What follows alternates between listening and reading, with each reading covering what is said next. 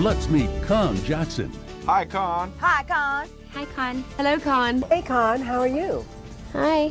As Conn connects you to the world, he does so by talking with leaders. Visualize. That's your legacy. Challenge the idea. That every day can be a great day. Unforgiveness damages you. Game changers. We're just talk to. Just keep trying. You have to enjoy what you're doing. Thank you for calling me Cinderella. It's fun, man. Hard work pays. And celebrities that allow you to grow and engage life to the fullest. What is it? And fun? Well, there's plenty of that. Tasty Tony, the one and only, and if there is another, he's a phony. How you doing, Tasty?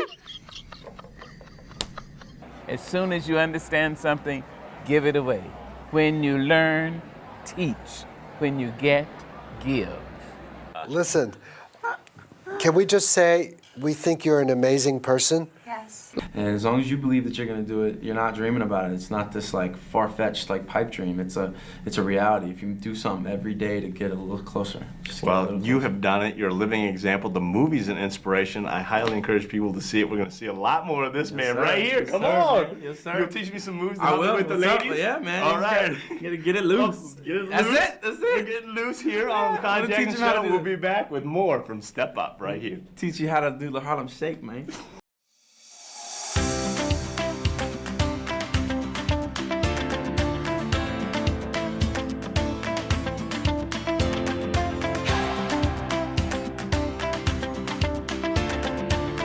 Okay, who's the nicest person ever? Conn, thank you so much for having me and everybody watching. Love for life. Peace. Wow, how did they find you? Join the fun on TV and radio daily, or check it out at connjackson.com. Awesome job. Nice to meet you. Rock on. Rock on, my friend. Conn Jackson, thank you so much. It's super great to welcome you back to the Irrigation District here in Washington State. What a beautiful facility, giving water to the farmland in this area and so much more. But first and foremost, welcome back to Connect. I'm your host, Conn Patrick Jackson, and we're about to talk about a show coming to BritBox TV, 6 episodes. These episodes made the Tribeca Film Festival. A lot of buzz about it. It's called Outrageous. We've got the two main actors. We got Bessie and James joining us. And what's coming to BritBox? Outrageous, baby. That's what it is. It is outrageous. It's outrageous. Tom. There's no two ways about it. It's the most extraordinary story about the Mitford family in the early 1930s in England. Bessie, who were the Mitford family? 6 sisters, 1 brother, Fav and Muv, who is not with us right now. But they were just 6 outrageous sisters who took very, very, very different paths. They were rebellious. They didn't conform to what was expected of women of the time, which was to primarily be a wife and a mother. And our story is 6 episodes, which follows them from 1931 to 1938 with the gathering storms of World War II. And we see them take their first steps into the grown-up world with catastrophic consequences. Oh, wow. I think Outrageous is the right title. And what a tease you guys did. Anticipation for the show. But Bessie, there were 6 sisters that you auditioned for. Did you know the one you wanted? Absolutely. I said, I'm never doing another period drama again. And then my agent sent me the script and went, I think you want to go and audition for this. And I went, I think I do. Because it's so well written. And Nancy Mitford is the eldest of the sisters. I look a lot like her as well. It makes sense that I play her. And she's also the narrator of the story, which I also loved that, the prospect of that challenge of looking down the barrel of the lens and saying, come with me. And so, yeah, and I had a great audition with the lovely director, Joss Agnew, of the first 3 episodes. And I did walk away going, I think I got that job. Not in an arrogant way. I just it felt right. It felt right. How lovely. Well, certainly sounds right. Bessie, I can't wait to see your role come to life. And David, tell us about playing James. Yeah, he was, David Mitford was Lord Redesdale. He was a senior aristocrat in the United Kingdom. He'd come from a long line of them. They lived in a very big house, but they were land rich, but cash very poor. So her children are constantly wandering around with holes in their sweaters and and having to make dresses for coming out balls, and they didn't have much money, actual cash. We'd just come out of the out of the big depression, the Great Depression of 1929. So, you know, stocks had gone through the floor, and he's still waiting for those to come back up again. And he's a man of his time, really. He was not a liberal in any way, shape, or form. He was xenophobic to the nth degree. But he didn't really think that girls should have any kind of opinions. And he didn't want to send them to school, which he didn't send them to school. So they were forced to read every book in his library to become educated by themselves. And they all went in very, very different directions. One of them, for example, went off to fight in the Spanish Civil War, while another one became a close confidant of Adolf Hitler. So we're talking about... It's a handful. It's a handful to have as children, yes. And I think his job was, well, my job in the show was to show how much of a handful it is to have 6 very opinionated female children. But you had a nice time when the camera wasn't rolling. We Yes, weren't that much of a handful. No, you weren't, and it was very charming. It was a delightful set to be on. Well, it certainly sounds it. I'm captivated. I cannot wait to watch these 6 episodes. I certainly hope there's more in the horizon. But with that said, remind us as we wrap, and congratulations to you both, where and when can we watch it? Should we just make more TV shows with 6 female leads? That's probably a good idea. And also just be outrageous and watch Outrageous, because you will not regret a moment of it.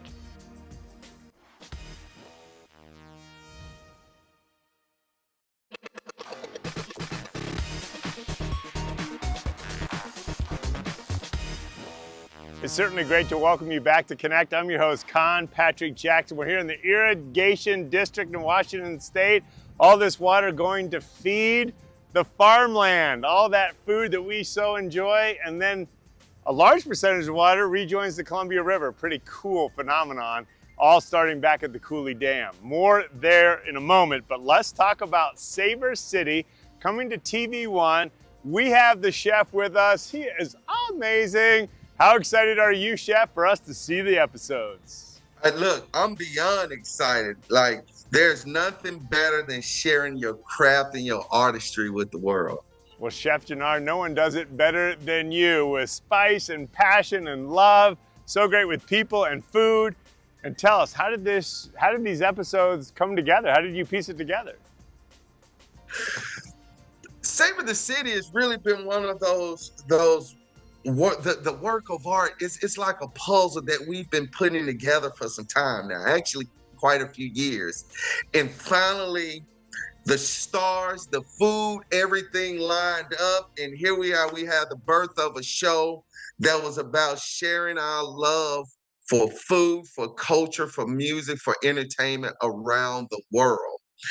And one of our biggest tasks, because when we go into a city, there are so many people doing so many amazing things. It's like, how do we narrow it down to get the top ones for this particular episode? And I have to say that because a lot of the cities that we go to, Conn, the food is so amazing. The history is so iconic. It's so profound that it's like, we got to come back. We got to get more. We can't just have it just one time featured in this city, because it's so much more. And as we've collectively been putting it together, I'm talking about from Miami, Charleston, Las Vegas, the Bahamas, Martha's Vineyard, the Bay Area. When I'm talking about the Bay Area, I'm talking about from Oakland to San Francisco. We're covering it all. Well, it certainly sounds amazing. I know you go to many cities, but maybe tell us about one city and its biggest surprise. I think one of the cities and one of my biggest surprises is a not too far away gym from you, Charleston, South Carolina. Charleston, South Carolina, the culture, the history, the food, the knowledge, everything there was amazing. I had the opportunity to go into this local bakery by the name of Daddy's Girls Bakery. And they have 2 sets of twin girls. His Daddy's Girls Bakery. But they have these phenomenal sweet potato ice cream. The Charleston Chewy, which is almost like a buttery cake of some sort, but when you bite into it, it just changes your whole thought process on a sweet treat. It's subtle stuff like that. Well, even more importantly, going to the DMV and spending time at Ben's Chili Bowl with Miss Ali, who's well into her 90s now, but still goes into the restaurant, family owned and still oversees, still helping the process of it. Those are the kind of gems that I say that we should really be shining a light on and giving out flowers to people that, regardless of what the times may bring, they're dedicated to bringing us great food and bringing us amazing hospitality, but also history that may have been lost or forgotten that we should know about. Well, we are certainly fired up to see the show. Chef Gennard, thank you so much for joining us. And do tell us when and where to watch. And thanks for joining us, and congratulations, Chef Gennard. Every Thursday on TV One. As a matter of fact, you can go to TV One right now. You can DVR it, you can go to the cloud, you can download the app, and you can catch up on all the episodes that you missed.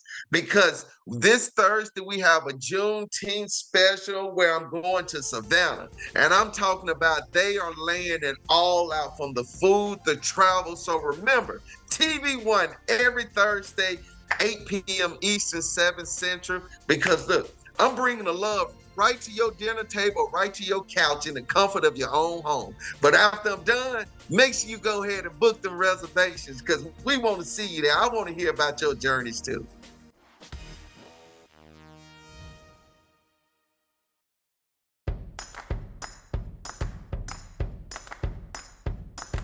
Walking down the sidewalk, kicking my feet as I'm moving to the music. Step to the beat. I woke up today, canceled all my plans, and I stepped right outside with my guitar in my hands, and the notes became loud as the sound caressed the air, and I kicked it up a notch as I strolled without a care, cause I'm going down the road to a brand new place, and I'll get there with a smile on my face. Yeah, so lift me up, I'm moving on, singing and dancing while I play my song. Yeah, I'm having a good time, keeping it going. Come on, clap your hands and won't you sing along, and now let's take it up high, high, high.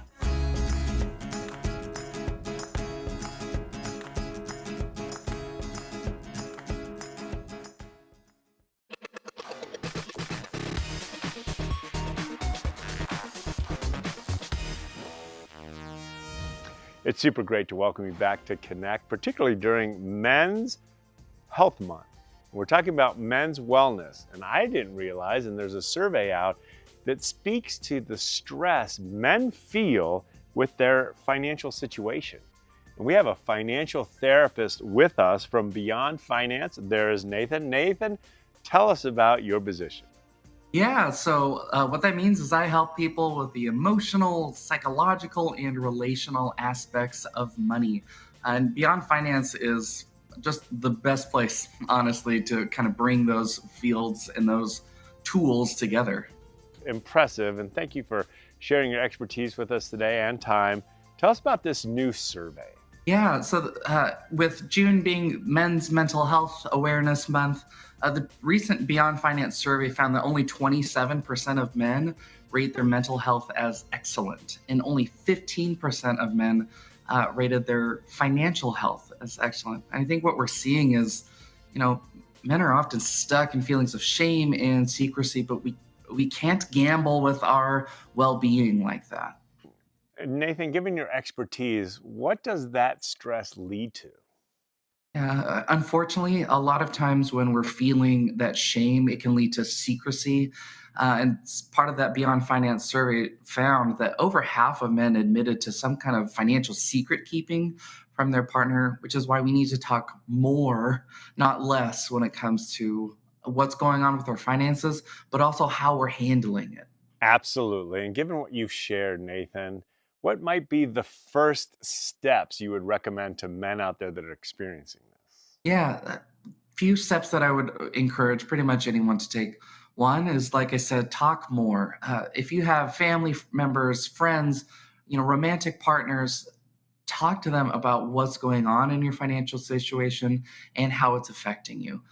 Two is when you're trying to get out of it and you're trying to figure out how can I kind of reduce this burden, is try to make small steps, small plans. You don't have to have it all figured out all at once. Just take the next step, one foot in front of the other. And lastly, just remember, you're not your paycheck. You're not your debt. These are things you have and that you might need to deal with, but they aren't who you are. We all need to do a better job at separating our sense of identity from how much money is in our bank account. Agreed. And Nathan, what type of results have you seen with men that have taken those steps? Yeah, well, when we're more vulnerable and we have places to go, the stress goes down. One of my favorite sayings is a problem shared is a problem halved.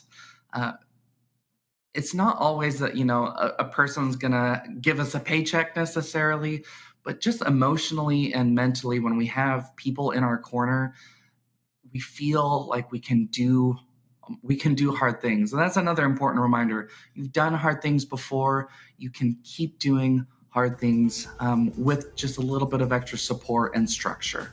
Well, Nathan, we certainly appreciate your insights, your time, the survey results, the steps you've recommended, also valuable. Where can we go to learn even more? Yeah, so you can go to beyondfinance.com, and under the financial wellness section, there is a personal finance guide that you can download and get started.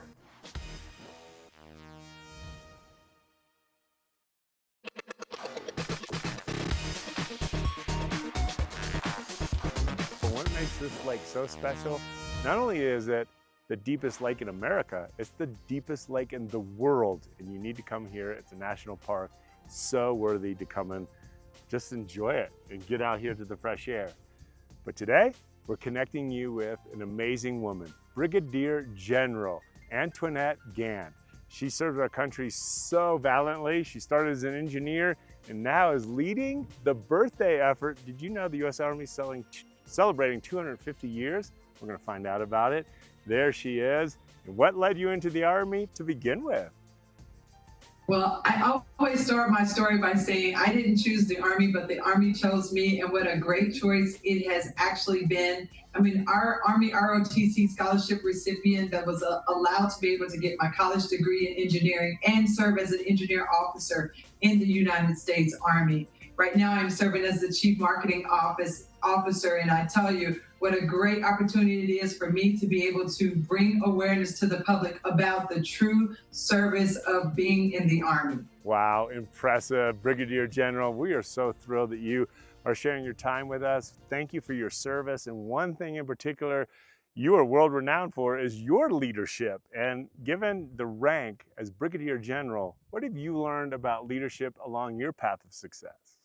You know, leadership is about having influence, of getting individuals to understand what they are truly capable of. It's not the leader that actually is the most important. It's the people that are around the leader that's the most important. And that if you can energize them and getting them to truly understand the full potential of what they have, that's why we say, be all you can be, because that's what a leader does. Help our soldiers and civilians to be the best that they can in what they're doing.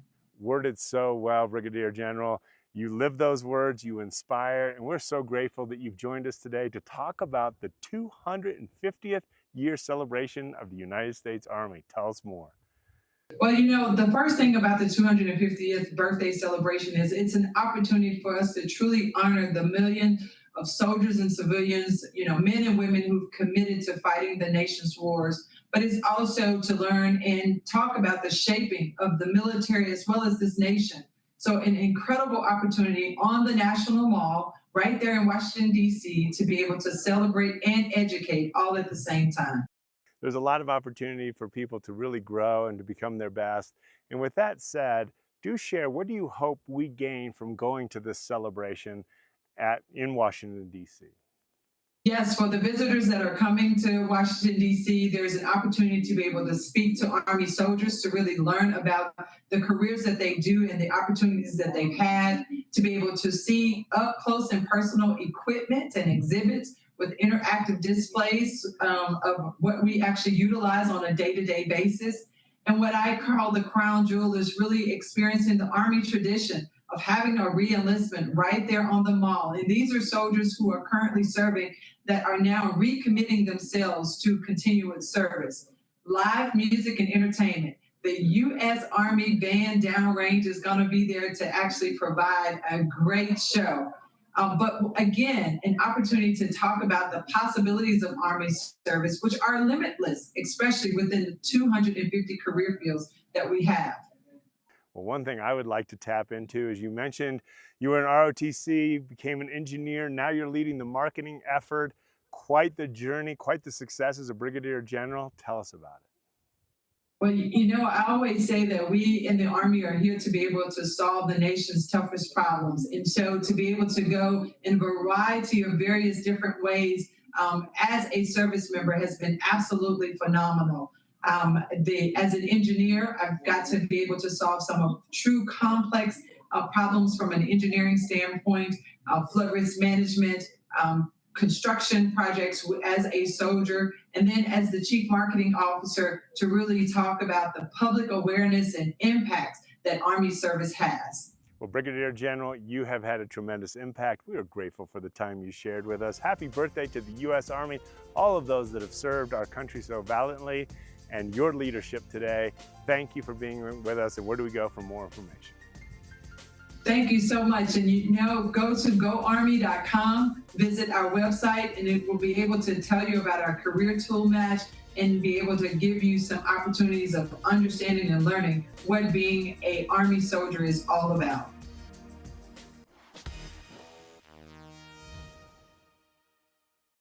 So glad you got to check out that clip. But listen, we've got plenty more going on here at Get Connected, our TV show. My friend and I are going to give you a glimpse of all the fun, so take it away. The sun shines bright as it moves across my face. I feel the light and everything is in its place. Oh, I woke up feeling great. Today was made for me. And life is good the way it should, the way it was meant to be. Well, join us and we'll get you in the know. Check us out at Get Connected at ConnTV.com and be part of the movement. It's a beautiful day.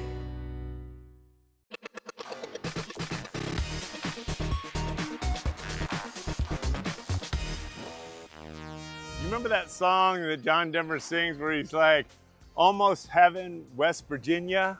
Well, we're going to find out a lot about West Virginia and the wonderful opportunities they have. But this whole segment is about getting out into nature, unconnecting, and connecting with yourself.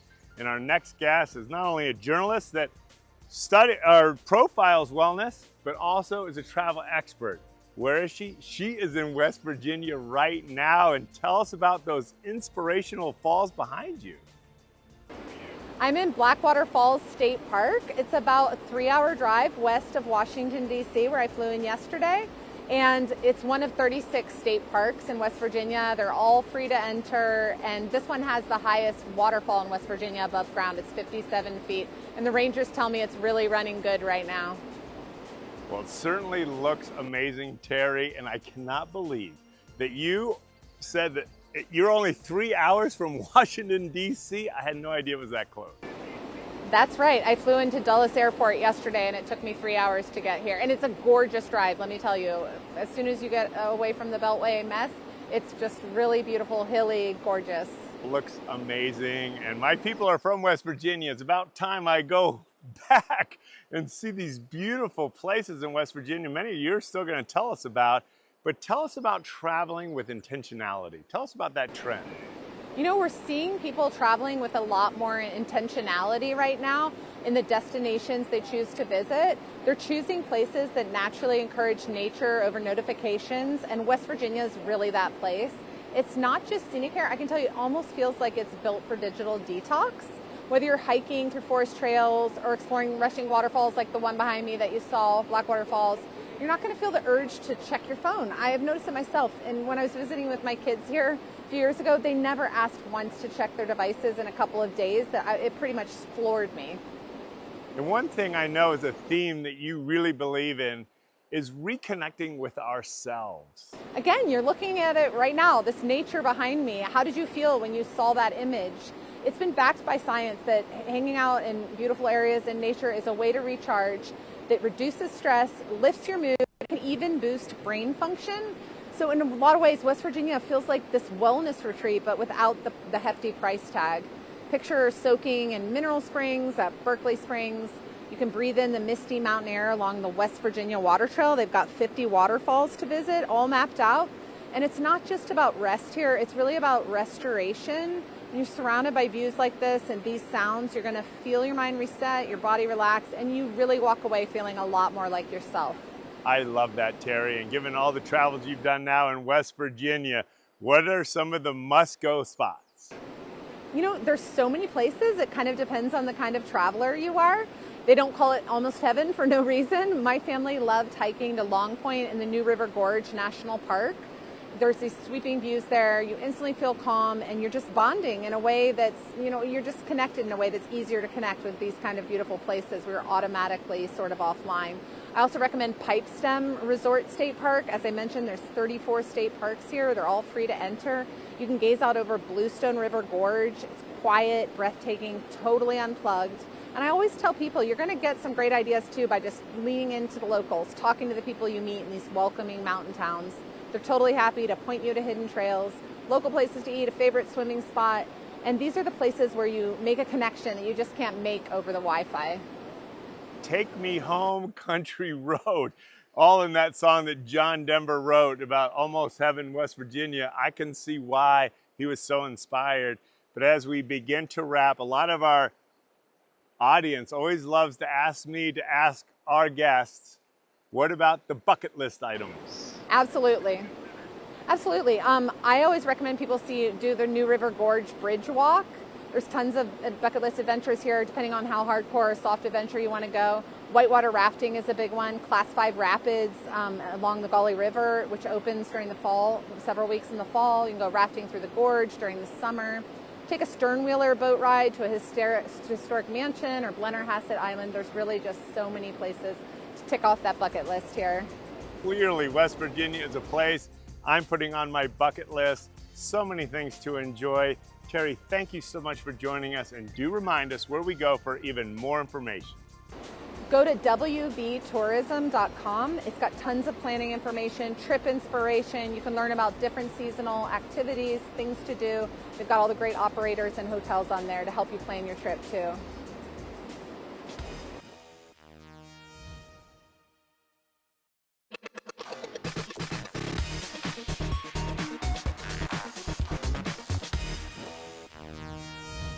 Vector-borne diseases. Good thing we're connecting with a professional. Welcome back to Connect. I'm your host, Conn Patrick Jackson. You know that we love connecting you with people in the know, and our next guest is certainly that. He's a world-renowned vet, but first and foremost, we'd love to know, do you have a pet, and what's their name, doctor? Right now I have one giant schnauzer, and his name is Evan Williams. He's from the Bourbon District of Louisville, Kentucky, and he was named accordingly. Well, I love it. I love bourbon, and a toast to your pet. Yeah, That's he's amazing. a good dog. But take us back. What led you, doctor, to become a veterinarian? Oh, thanks for asking. Well, I always loved animals. I think it was just a calling that I had from an early age. I also grew up about 20 minutes from the largest conservation facility in North America called the Wild. So.